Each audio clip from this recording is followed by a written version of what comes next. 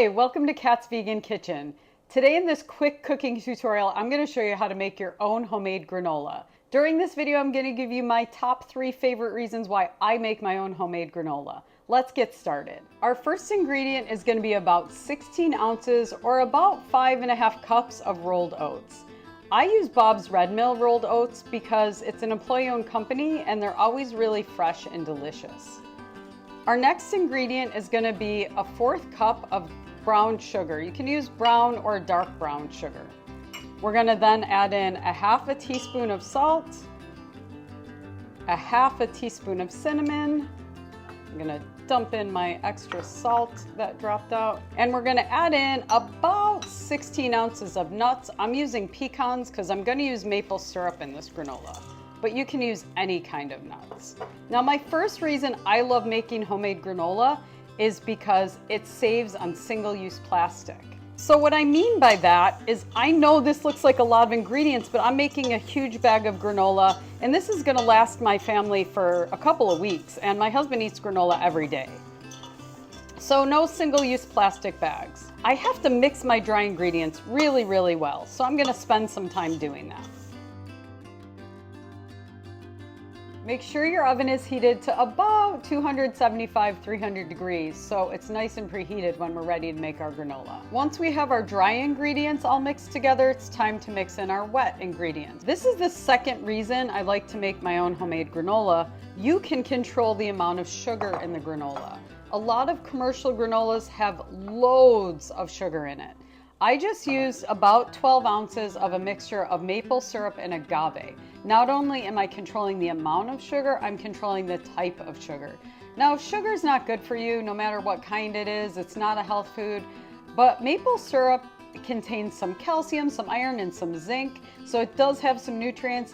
And agave has a lower glycemic index than other liquid sugars. So I mixed about equal parts maple syrup and agave, and again, that's about 1.5 cups of sweetener. I'm also gonna add in about 1/4 cup of vegetable oil. Use a neutral vegetable oil like sunflower oil or grapeseed oil so it doesn't mess with the flavor. Finally, we're gonna do a couple splashes of vanilla.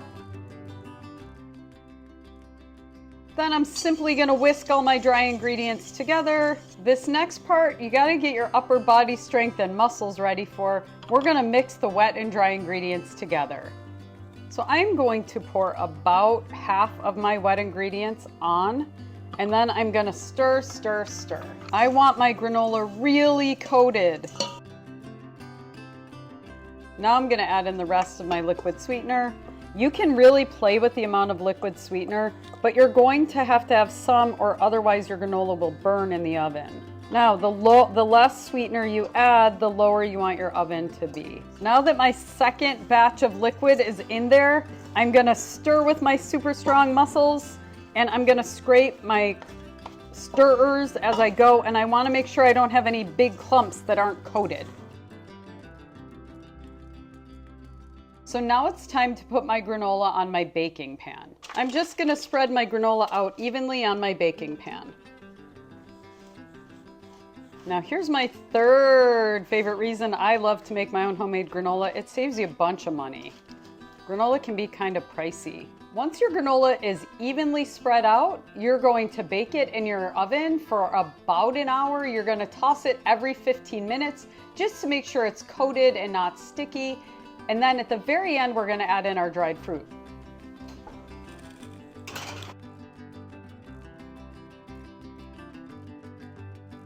My granola has been cooking for about an hour and 20 minutes, and I've checked it every 15 minutes, but remember, every oven's a little bit different, so what you're looking for is that pretty golden brown color. I'm gonna show you how to finish the granola, but I wanna remind you, if you're finding value in these videos, hit that subscribe button so you never miss a video. All right, I'm gonna add in some dried fruit. I'm adding in cranberries because this is a maple walnut granola or maple pecan granola. And I think the cranberries will go really nicely, but really any dried fruit. It adds a beautiful pop of color and additional vitamins and nutrients. My granola is all mixed, and now I'm just gonna let it sit for like an hour, hour and 15 minutes till it's totally cooled down, and it makes those nice granola chunks that you're looking for.